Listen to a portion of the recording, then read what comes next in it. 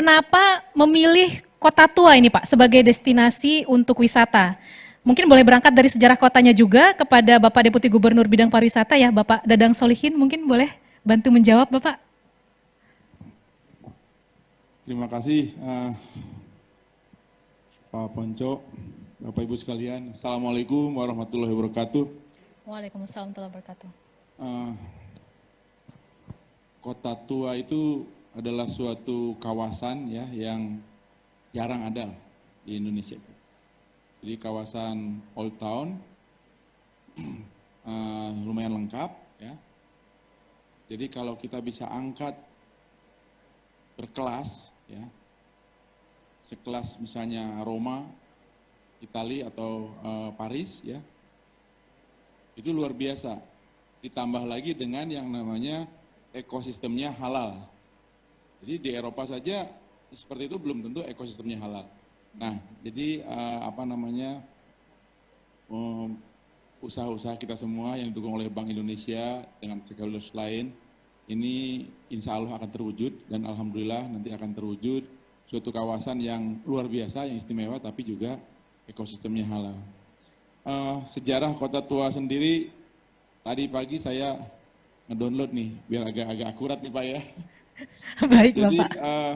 Kota Tua ini wilayah kecil di kota Jakarta yang kini menjadi destinasi wisata ya, yang menyimpan kenangan dan sejarah Jakarta di masa lampau.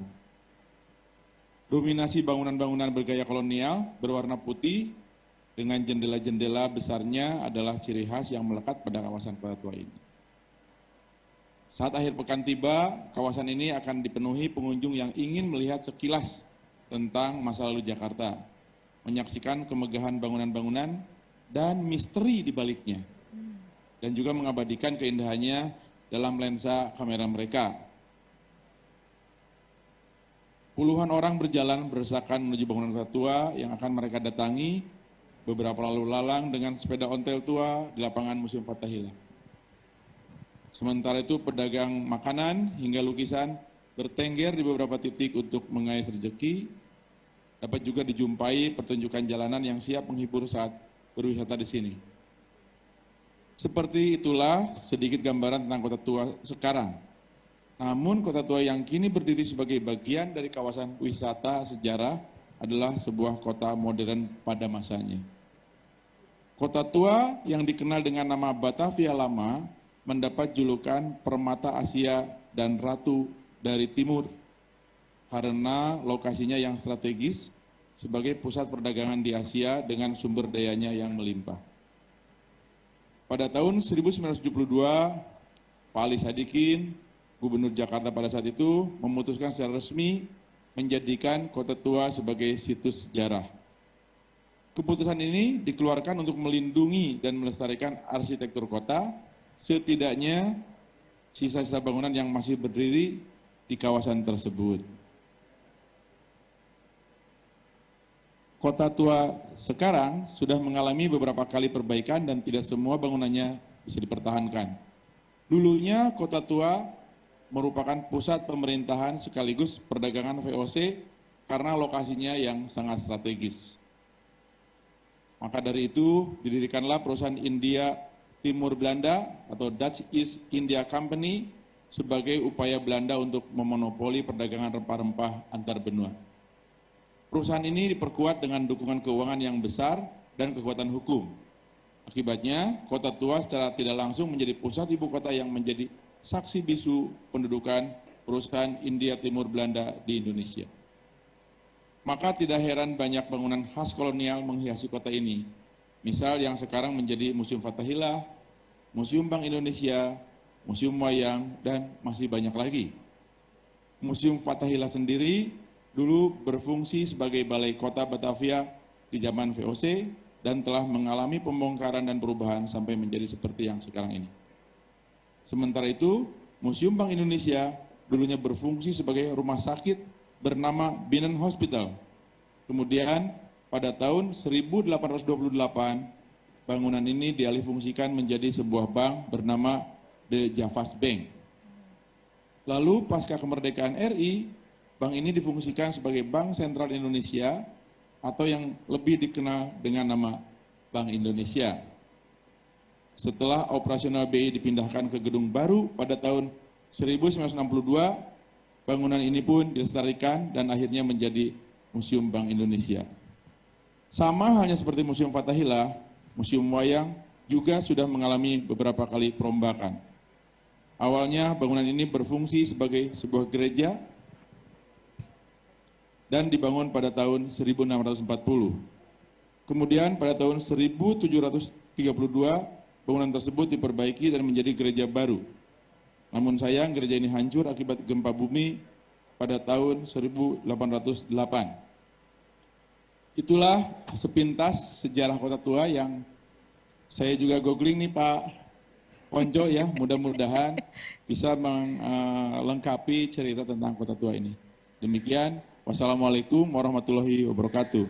Waalaikumsalam warahmatullahi wabarakatuh. Jadi lengkap sekali hasil googlingannya ya Pak, bahwa zaman dahulu kala itu ada pusat untuk pemerintahan, ternyata ada peribadatan, kemudian juga ada pusat aktivitas ekonomi, perbankan. Nah, sekarang kita lihat wujud-wujudnya dalam bentuk museum-museum yang ada di Kota Tua.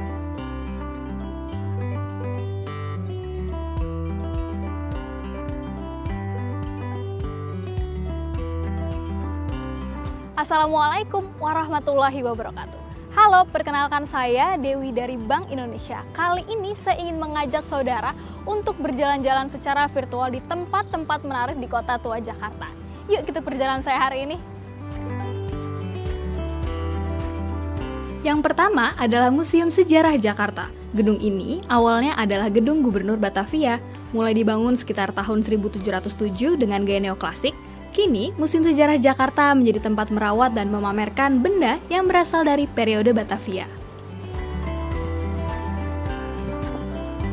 Berikutnya adalah Museum Wayang. Bangunan ini awalnya ialah gereja tua yang didirikan VOC tahun 1640. Bangunan lantas dipugar pada 1733 dan terus beralih fungsi hingga menjadi museum. Kini, museum ini memiliki koleksi berupa ribuan wayang beragam jenis dari dalam maupun luar negeri. Kali ini kita sudah berada di Museum Seni Rupa dan Keramik. Museum yang dibangun pada 1870 ini sebelumnya merupakan lembaga peradilan tertinggi Belanda.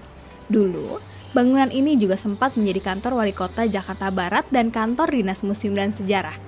Sekarang, terdapat lebih dari 500 karya seni rupa dan keramik beragam teknik yang dipamerkan. Kita lanjut lagi, jalan-jalan ke Museum Bank Indonesia yang bangunannya pertama kali didirikan pada 1828. Bangunan ini merupakan cagar budaya peninggalan The Javase Bank yang kini memberikan berbagai informasi terkait peranan, latar belakang, dan koleksi Bank Indonesia sejak dulu.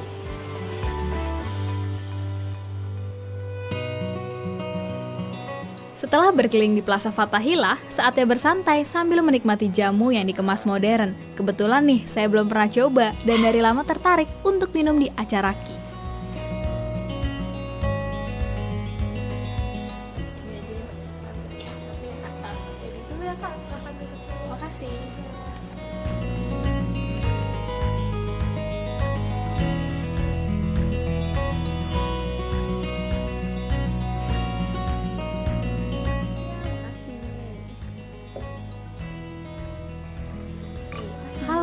Boleh gabung? Boleh, silakan. Ya, makasih. Ya, aku Dewi. Iya, saya Ana. Selamat datang di Acaraki ya. Iya, makasih Mbak. Sebenarnya Acaraki apa sih Mbak?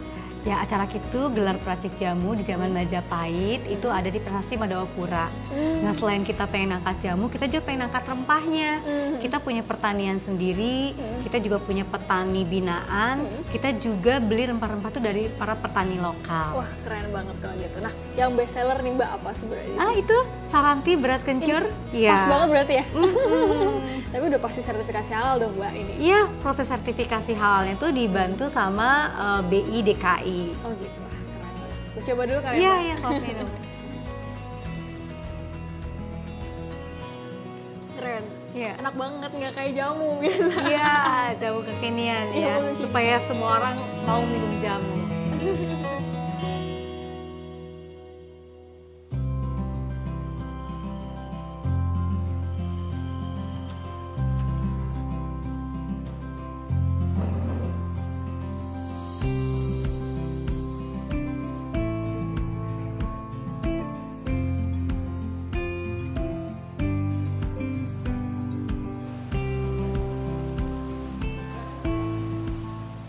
Sekarang saya sudah berada di Musola Fatan Mubina.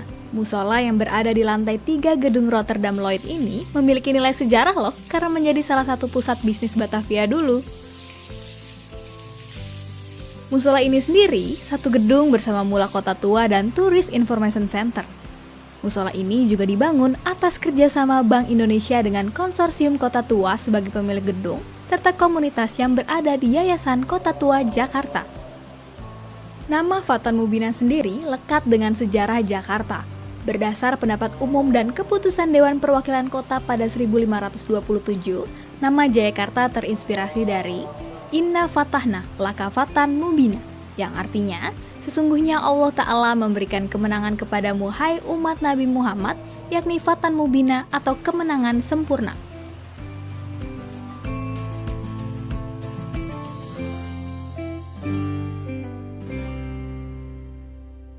Wah, seru banget ya perjalanan kita hari ini di Kota Tua Jakarta. Nah, saya sebagai muslimah bisa mendapatkan berbagai fasilitas dengan mudah.